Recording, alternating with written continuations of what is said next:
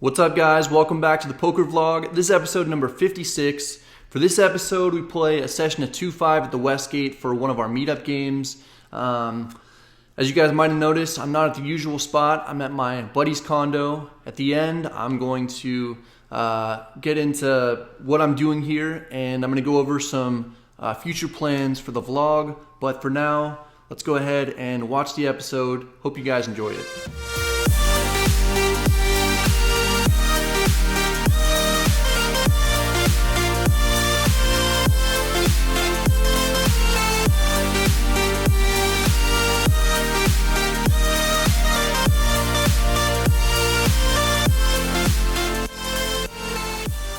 February 5th, already stuck a few thousand for the month, but things are looking up because we're at the Westgate for another fun night of 2-5 action, optional drinks, and of course, bomb pots. It's a good turnout, the room is packed full of people, ready to beat me and take my money. I buy in 4,000. Shortly into the session, we pick up Ace-King offsuit in middle position, under the gun opens to 15, folds to me, I'm in position with a hand that's likely to be best, I'm going to make it more, I 3-bet to 50. Folds back to the under the gun player. He hates money, so he calls. The flop is 7-6-3 rainbow. The opponent checks. I don't see the need to bet here. Ace King high has plenty of value. I check back. The turn is the 9 of diamonds. The opponent checks again. This point feels like we're in the lead, and I make a bet that's a mix between a value bet and a semi bluff. People often make the mistake of thinking that there aren't any hands that they're beating that they'll get called by. That may be true if you're betting around half pot. But what if we bet 15 or 10 or even 5? Then there are plenty of worse hands that might call. No need to bet that small here. I put out a bet at 35 to target hands like other ace and king highs that can't give up just yet for such a small amount. The opponent thinks for some time, then makes the call. It's possible that we're beat, but now we'll have all the options available to us if our opponent checks the river. We can check back the river and get to showdown with a hand that has value, or we can bet it as a bluff if we think we can get our opponent off a better hand. Instead, we choose option number 3, that is to drill the river. The river is the king of diamonds, the opponent checks. We've got top, but the backdoor flush gets there. We don't have to be too worried though. We can't always be afraid we're up against the nuts. I bet 65 for value.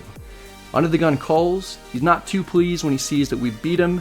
Perhaps we got lucky on the river, tough to know for sure, but we take down a decent pot to start out the night. In this hand we pick up pocket kings in the hijack. It's a bomb pot. Everyone puts in 15 before the flop blind, and there's no pre-flop action. We go straight to the flop. The flop is queen jack 10 with 2 spades. We've got an overpair with an open-ended straight draw. Not bad. There are 8 other opponents though. You never know who might have flopped 2 pair, a set, or a straight. Checks to me. I throw in 50. Folds back to the player on my right, he calls. The turn is the 3 of clubs. He checks, I bet 125. The opponent folds. We win our first ever bomb pot at the Westgate. I think I'm stuck about 1,000 on these overall. I've only ever won 2 of them in about 8 meetup games at this property. Next we get ace queen of spades in the small blind. The hijack opens to 15. You should have a fairly wide range from this position. I'm not interested in calling and playing from out of position. I 3-bet to 60. This is somewhat larger sizing than when I had ace-king, because in this hand, we're out of position, so there's more incentive for the hijack to call. This larger sizing punishes him a little more and dissuades him from calling with weaker suited connectors and small pairs. The hijack does end up calling, we're heads up. The flop is 10-8-6 rainbow with 1 spade. We've got 2 overs with a backdoor straight and backdoor flush possibilities. It's a fine board to c-bet. But it being a low to medium board makes my range somewhat capped at 1 pair hands. I suppose I could have a set of 10s. Most of the time I'll just have overcards and overpairs to the board. So if I bet here, a good thinking player could raise with air, and I'd have to fold all my combinations containing no pair. It would put me in a tough spot with jacks and queens too. I end up checking. The hijack bets 40. I'm getting over 4-1. I call to see the turn. The turn is another 6. No help. I check. The opponent bets 75. I give up and fold. He wins it. Time for another bomb pot. Everyone puts in 15 blind. We go straight to the flop with ace-6 of hearts from under the gun +1. The flop is 10-3-3 with 2 hearts. Got a flush draw and an overcard. Checks to the player in middle position. He bets 60. The button calls. I figure someone has to have a 3 here. I don't like calling out of position on a paired board with a draw, but I call. The three of us see the turn, it's the 8 of spades. I check, the player in middle position bets 150. Now the button jams for 532 total. Not much of a decision for me. I lay it down. The middle position player folds king 3 face up, and the button shows 9-3, so they both flop trips. The button shows a lot of heart and jams, then gets the better hand to fold. Later on, we pick up pocket 8s from under the gun and open to 15. Folds to the small blind, he calls, as does the big blind. We go 3 ways to the flop. Comes ace 8-3 rainbow. Both players check. We have middle set on an ace high board. It's a great situation. Typically I'd bet because it's so likely that one of the opponents called pre-flop with an ace. Here, since I'm in position and against the blinds who might have called with a much wider range, I try to get tricky, I switch things up, check it back, and this is definitely a mistake. You should almost always bet here. When you have a big hand, you want to create big pots and hopefully stack people. It's tough to create big pots when you check and let people see free cards. In some instances, I think it's fine, like if you have top set on a completely dry board, but overall, it's a bad idea and it's not going to be as profitable as betting all 3 streets. The dealer puts out the 10 on the turn, the small blind checks, the big blind bets 35.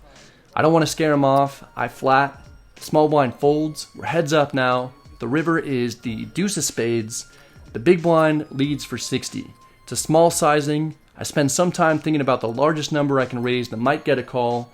Ultimately, I make it 250. I'm hoping it'll look like a bluff and the opponent will call with just an ace. After thinking for almost exactly a minute, the big blind calls, I turn over the pocket 8s. It's good enough to win. Seems like checking back the flop might have put some doubt into my opponent's mind that I actually had a big hand and so I made the maximum. In reality, that isn't necessarily true. The opponent told me later he had ace 10 for top 2 pair. Certainly would have called a flop bet, and we might have gotten it all in on the turn of the river had I not taken the line that I did. I don't know for sure if he was telling the truth, but I don't see much reason for him to be lying. We ended up coolering our opponent, and we certainly didn't win the maximum. Not long after, we get pocket 10s on the button, cutoff limps in, I raised to 20. The big blind calls, the cutoff calls as well. We're 3-handed, and the flop comes ace 10-8 with 2 diamonds. Once again, we have middle set on an ace high board. Very similar situation as the last hand, except this board is more coordinated with several flush and straight possibilities. The opponents both check. After being upset with myself for checking back the 8s in the previous hand and making less than I could have, I don't want to make the same mistake again. I fire a bet of 30. At least someone should have an ace or a draw of some kind, but nope. Both players fold. That's fucking annoying after I spent all this time earlier telling you why you shouldn't slow play with middle set. Sometimes that happens, you make big hands and can't get value. Betting the flop is still certainly the right play. Off to a decent start here. Been getting crushed so far this February. I'm down like 2,500, so nice to hopefully run better today. Only up like 200 or something. But yeah, I haven't won a session so far in February, and I really want that to change. After a small break to talk to the camera and eat some pizza provided by the Westgate, we get back into the action. It's a bomb pot. I pick up 10-3 offsuit in middle position. There's already 135 in the middle. 9 of us see the flop. Comes 6-6-8 rainbow. We all check. The turn is the 10 of clubs. Checks to me. I fire out a bet of 50. That gets the job done. Everyone folds. We win. Remember how I said I've only ever won 2 bomb pots in my meetup game career? Well, now you've seen both of them in this video. We switch to another table. We're not doing too bad on the night. We're up almost 400. In this one, we're dealt ace-king offsuit, under the gun +1, and open to 15. Under the gun +2 calls, as does the player in middle position, the hijack, and the small blind. So we go 5 ways to the flop. We're out of position. Not ideal. Fortunately for us, the dealer puts out queen jack 10 with 2 clubs. We flop Broadway. Nice life. It's a coordinated board that should connect well, at least with one of my opponents. Small blind checks. I bet 50, and I think we're about to get paid. Except everyone is really inconsiderate. They all fold. None of them are invited back. We do not get paid, but at least we didn't lose. We run cold for a little while before joining the last table of the night. It's 12:30 a.m. We're having drinks, having a good time. I'm excited because I'm up 200 and we're going to be going to the bar soon. As I mentioned earlier, it was a tough start to February, so I just want to lock up a win. But I do want to play some hands with these people who were cool enough to come out to the meetup game though. So I get dealt ace jack of clubs, under the gun +2. It's a straddle pot. I raised to 35. The cutoff calls, the button calls 2. We go 3 ways to the flop. It comes king, queen, 10, all diamonds. We flop our second straight of the night. It's coordinated and a little scary since we don't have a diamond. Hard to flop a flush though. We're probably ahead. I'm not going to play this passively. I bet 60. The cutoff calls, the button folds, we're heads up, and the turn is the queen of clubs. This coordinates well with plenty of hands my opponent might call a flop bet with. Hands like king, queen, queen, jack, and ace, queen with the ace of diamonds. Tough for me to bet and get called here from many hands that are worse, except maybe a few combo draws. I check. The opponent checks back. I'm feeling good about our hand. Most people would have bet their flushes and their full houses here. The dealer puts out an offsuit 8 on the river. I put my opponent on hands like ace king, ace queen, ace 10, queen jack, jack 10, jack 9, and maybe some other busted draws. We're beating all those. Some of them can call a bet from us, so if we fire, we can maybe make some money. I bet 150.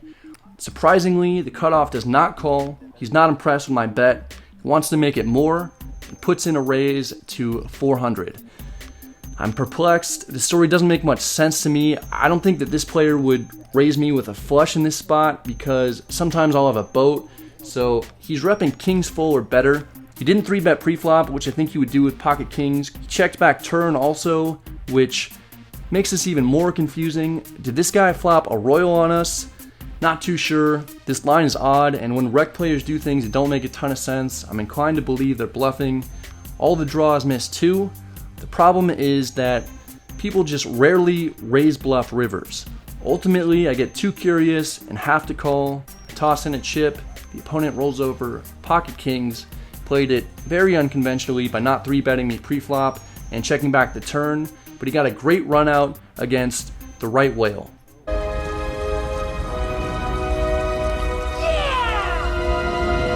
Now I'm stuck a few hundred, not thrilled about keeping my winless February streak alive. It's especially brutal to get stuck at the very end of the night after I've been running pretty well early on in the session. Let's not get too down though. We do pick up ace king of spades, under the gun +1 in our last hand. There's a button straddle on. This table is doing a Mississippi straddle, so the small blind is first to act.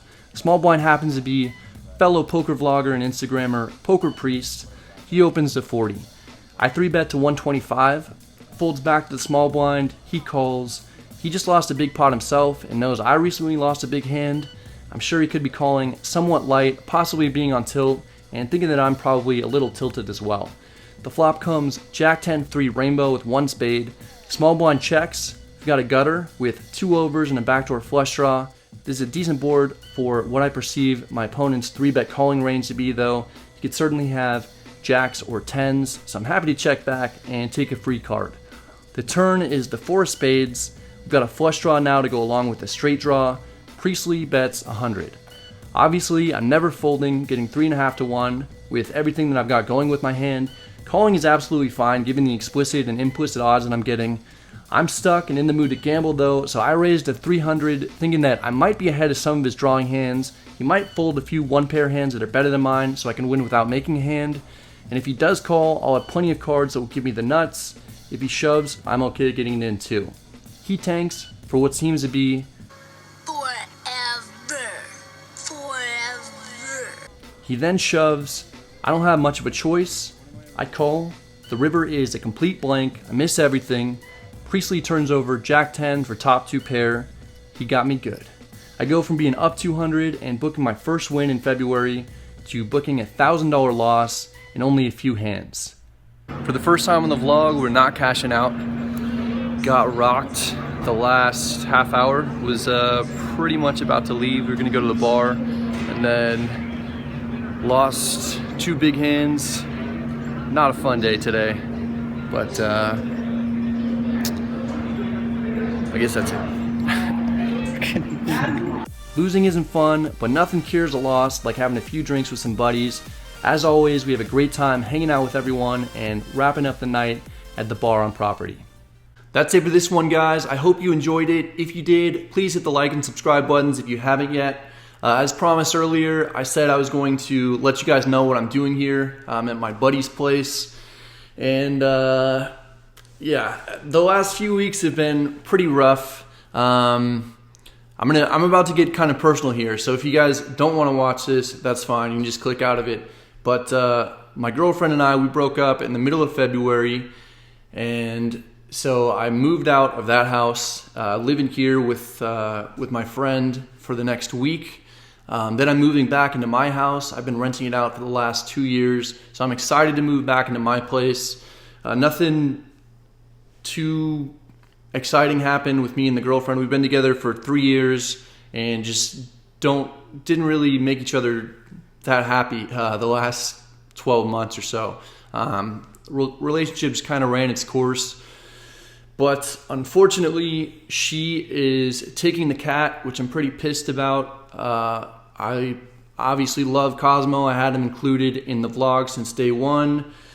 And just not even for the vlog purposes, just having him in my life and hanging out with him, he just made my life a lot better. So pretty sad about that. I asked if I could just have him and see him once a month, but unfortunately, my ex doesn't want to talk and doesn't want to let me see him at all. So yeah, been kind of avoiding telling you guys that. Wasn't sure how I was going to break it to you. Kind of just wanted to let it settle for a little bit.